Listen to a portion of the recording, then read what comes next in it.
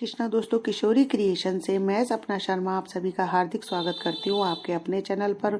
दोस्तों, आज के वीडियो में मैं आपके लिए वैशाख मास महात्म्य के तीसरे दिन की कथा लेकर के आई हूँ। इससे पहले के 2 अध्याय के वीडियो जो है मैंने मेरे चैनल पर डाले हुए हैं, आप उनको मेरे चैनल पर जाकर देख भी सकते हैं और श्रवण भी कर सकते हैं।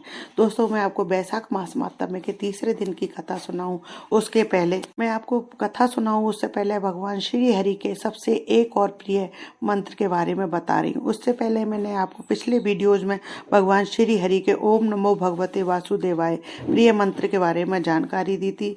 आज जिस मंत्र की जानकारी दे रही हूँ वह भी भगवान श्री हरि विष्णु को बहुत ही प्रिय है। मंत्र का अगर आप जप करते हैं तो आपके सभी पापों से जो है आपको मुक्ति मिलती है और आपके सभी दुख जो है दूर हो जाते हैं। मंत्र जो है वो इस प्रकार है, ओम नमो नारायणाय। ओम नमो नारायणाय। यह अष्टाक्षर नारायण भगवान का मंत्र है। यह परम पावन मंत्र है। जिसके कानों में पड़ जाता है वह समस्त पापों से छूट जाता है। श्री मद् भागवत छठे स्कंद में ओम नमो भगवते वासुदेवाय, ओम नमो नारायणाय के ये दोनों मंत्र नारायण कवच में आए हैं। 18वें अध्याय में सुखदेव जी के एक प्रश्न के उत्तर में भगवान वेदव्यास जी बताते हैं कि ओम नमो नारायणाय यह मंत्र जो है कामनाओं को पूरा करने वाला है। भक्ति से जपने वालों को स्वर्ग और मोक्ष तक का देने वाला है। करके वैष्णवों के और सब मनुष्य मात्र के लिए प्राचीन काल में भगवान विष्णु ने सब वेद उपनिषदों में से दूध में से मक्खन की भांति सार रूप इस मंत्र को निकाला है। यह मंत्र निश्चय करके मनुष्य मात्र के लिए सब दुखों का नाश करने वाला है और सब सिद्धि को देने वाला है। हे मेरे महाबुद्धिमान पुत्र, यदि तुम सिद्धि चाहते हो तो इस मंत्र को जपो। पुराण में बताया गया है कि यह मनुष्य ओम नमो नारायणाय इस अष्टाक्षर मंत्र से विष्णु भगवान की पूजा गंध पुष्प आदि 16 उपचार से करे।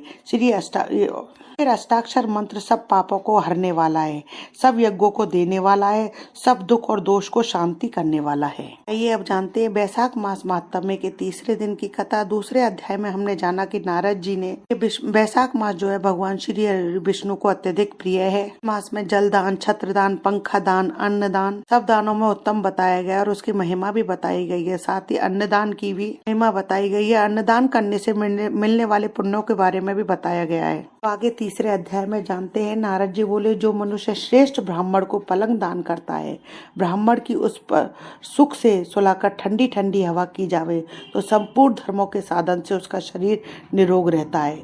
इस दान से सब ताप दूर हो जाते हैं, शांति मिलती है। वह मनुष्य योगियों से भी दुर्लभ पद को पाता है। जो मनुष्य वैशाख में धूप के थके हुए ब्राह्मण को सुंदर श्रमनाशक पलंग दान करता है वह मनुष्य, हे राजन, संसार के जन्म मरण और वृद्धावस्था के कष्ट नहीं भोगता। उस पलंग पर ब्राह्मण के शयन करने से जीवन भर के जाने अनजाने किए हुए पाप नष्ट हो जाते हैं। हे राजेंद्र, जैसे अग्नि के स्पर्श से कपूर जल जाता है वैसे ही पलंग देने वाला मनुष्य निश्चय ही ब्रह्मपद पाता है। जो मनुष्य वैशाख मास में सैया दान करे वह इसी जन्म में सब सुखों को भोगता है। उसके कुल की वृद्धि होती है, कोई रोग नहीं होता, उसे बड़ी आयु, निरोगता, यश और धैर्य मिलता है। उस धर्मात्मा के कुल में 100 पीढ़ी तक कोई अधर्म नहीं होता। इस मास में दान आदि करने का अपार फल होता है। वैशाख के धर्मों को इस तरह करने वाला धर्मात्मा पुरुष सब भोगों को भोग कर अपना शरीर त्यागता है। जो वेद पाठी ब्राह्मण को तकिया दान देता है उसके सभी पाप नष्ट हो जाते हैं और अंत में ब्रह्म पद प्राप्त होता है। इसके बिना इसके दिए मनुष्य सुख पूर्वक नहीं सो पाता और इसके दान करने से सबका आश्रय बनकर पृथ्वी का राज्य भोगता है। हे राजन, वह मनुष्य 7 जन्म तक सदा सुखी, भोगी, धर्म परायण और विजयी होता है, फिर अपने सातों कुल समेत मुक्त हो जाता है। मनुष्य चटाई अथवा किसी प्रकार का आसन देता है जिस पर पत्रशाही विष्णु भगवान स्वयं विराजते हैं। इससे जल से पड़ी हुई ऊन नहीं भीगती, वैसे ही संसारी जीव संसार के बंधन को नहीं प्राप्त होता है। चटाई का देने वाला पुरुष आसन और सैया पर आरूढ़ हो सब तरह से सुखी रहता है। जो शयन करने के लिए चटाई और कंबल दान देता है वह मुक्त हो जाता है, इसमें संदेह नहीं है। निद्रा से दूर हो जाता है, निद्रा से परिश्रम दूर हो जाता है, वही निद्रा चटाई पर सुख पूर्वक आती है। हे राजन, जो वैशाख में कंबल का दान करता है वह अकाल मृत्यु से छूटकर 100 वर्ष तक जीवित रहता है। धूप से व्याकुल ब्राह्मण को जो मनुष्य पतला वस्त्र देता है उसकी पूर्ण आयु होती है और परलोक में परम गति मिलती है। कपूर भीतर की गर्मी को दूर करता है, अतः कपूर का दान ब्राह्मण को दे तो मोक्ष मिलता है और दुख का नाश होता है। जो ब्राह्मण को फूल और कुमकुम दान करे तो सार्वभौम राजा हो, सब प्राणी उसकी आज्ञा में रहें और पुत्र तथा पौत्रों से युक्त होकर सब भोगों को भोगता हुआ भोग मोक्ष पाता है। त्वचा और हड्डी से संताप को चंदन तत्काल दूर कर देता है, अतः जो चंदन दान करता है वह तीनों पापों से दूर हो मोक्ष को प्राप्त होता है। जो जल में भीगी हुई खस, चंपा और कुशा दान करता है, हे राजन, वह प्राणी सब प्रकार के सुख भोगता है। सब देवता उसकी सहायता करते हैं, उसके सब पाप और दुख दूर हो जाते हैं और अंत में वह मोक्ष पाता है। जो बैसाख में गोरोचन और कस्तूरी दान करता है वह तीनों ताप से छूटकर मोक्ष पद पाता है। जो मेष की संक्रांति में तांबूल और कपूर दान करता है वह पृथ्वी के सारे सुख भोग कर निर्वाण पद प्राप्त करता है। जो मनुष्य सेवंती और जूही दान करता है वह सार्वभौम राजा होकर अंत में मोक्ष पद पाता है। जो बैसाख में केतकी और मल्लिका दान करता है वह माधव भगवान की आज्ञा से मोक्ष पद पाता है। जो मनुष्य ब्राह्मण को सुपारी और अन्य सुगंधित द्रव्यों का दान देता है, हे राजन, जो नारियल दान करता है उसके पुण्य के फल चित्र लगाकर सुनो, वह 7 जन्म तक ब्राह्मण के घर जन्म लेता है और धनवान तथा वेदपाठी होता है। फिर वह 7 कुलों समेत विष्णु लोक को जाता है। हे राजन, जो प्राणी विश्राम मंडप बना ब्राह्मण को देता है उसके पुण्य के फल को कहने की मेरी सामर्थ्य नहीं है। जो मनुष्य छाया मंडप बनवाकर भीतर बालू बिछाकर उसमें प्याऊ लगाकर देता है वह स्वर्ग लोक का स्वामी होता है। जो मनुष्य मार्ग में तड़ाक, कुआं, झोपड़ी बनवाता है वह बड़ा धर्मात्मा है, उसके पुत्रों से और क्या। जो मनुष्य कुआं, तालाब, मंडप और प्याऊ लगवाता है वह सद्धर्म करता है, यही उसका पुत्र है। संतान 7 प्रकार की है, इन 7 में से जो एक भी नहीं करता है वह मनुष्य स्वर्ग को नहीं जाता।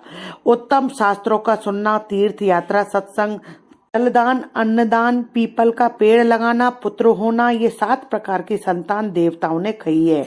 अन्य सैकड़ों धर्म करने पर भी मनुष्य को संतान नहीं मिलती, इसलिए संतान की इच्छा करने वालों को इनमें से एक कर्म अवश्य करना चाहिए। पशु, पक्षी, मृग और वृक्षों को भी स्वर्ग सुख नहीं मिलता, फिर मनुष्य का तो कहना ही क्या। जो मनुष्य सुपारी, नागवल्ली, कपूर और अगर सहित पान दान करता है वह निश्चय ही शारीरिक पापों से मुक्त हो जाता है तथा यश, धैर्य और लक्ष्मी प्राप्त करता है। रोगी रोग से छूट जाता है और निरोगी मोक्ष हो जाता है। जो बैसाख में ताप नाशक छाछ का दान करता है वह विद्यावान और धनवान होता है, इसमें संदेह नहीं है, क्योंकि गर्मी की ऋतु में चक्र के समान कोई दान नहीं है। इसलिए मार्ग के कारण थके हुए ब्राह्मण को छाछ का दान करे। जो मनुष्य नींबू का रस और नमक डालकर अरुचि नाशक छाछ का दान करता है वह मोक्ष पाता है। जो गर्मी से व्याकुल ब्राह्मण को दही की लस्सी पिलाता है, हे राजन, उसके पुण्य का फल कहने की मुझमें सामर्थ्य नहीं है। जो बैसाख महीने में अच्छे चावल दान करता है उसकी बड़ी आयु होती है और वह सब यज्ञों के फल को पाता है। जो तेज रूप गौ का घी दान कर देता है वह अश्वमेध यज्ञ का फल प्राप्त कर विष्णु भगवान के मंदिर में आनंद पाता है। जो मेष संक्रांति में ककड़ी और गुड़ दान करता है वह सब पापों से छूट श्वेत दीप को जाता है। जो मनुष्य दिन के ताप की शांति के लिए ईख दान करता है उसका अत्यंत पुण्य होता है। जो सायकाल में श्रम की शांति के लिए पान का दान करता है सब पापों से छूटकर विष्णु की सायुज्यता पाता है। जो सायकाल के समय ब्राह्मण फल और पान का दान करे उसके पितरों को निश्चय सुधा पान मिलता है। जो बैसाख महीने में पके आम के फल और पान का दान करता है उसके सब पाप निश्चय ही दूर हो जाते हैं। चैत्र महीने की अमावस्या को पेय से भरे घड़े का दान करने से 100 गया श्राद्ध कर लिया, इससे बड़ा पुण्य मिलता है, इसमें किसी प्रकार का कोई संदेह नहीं है।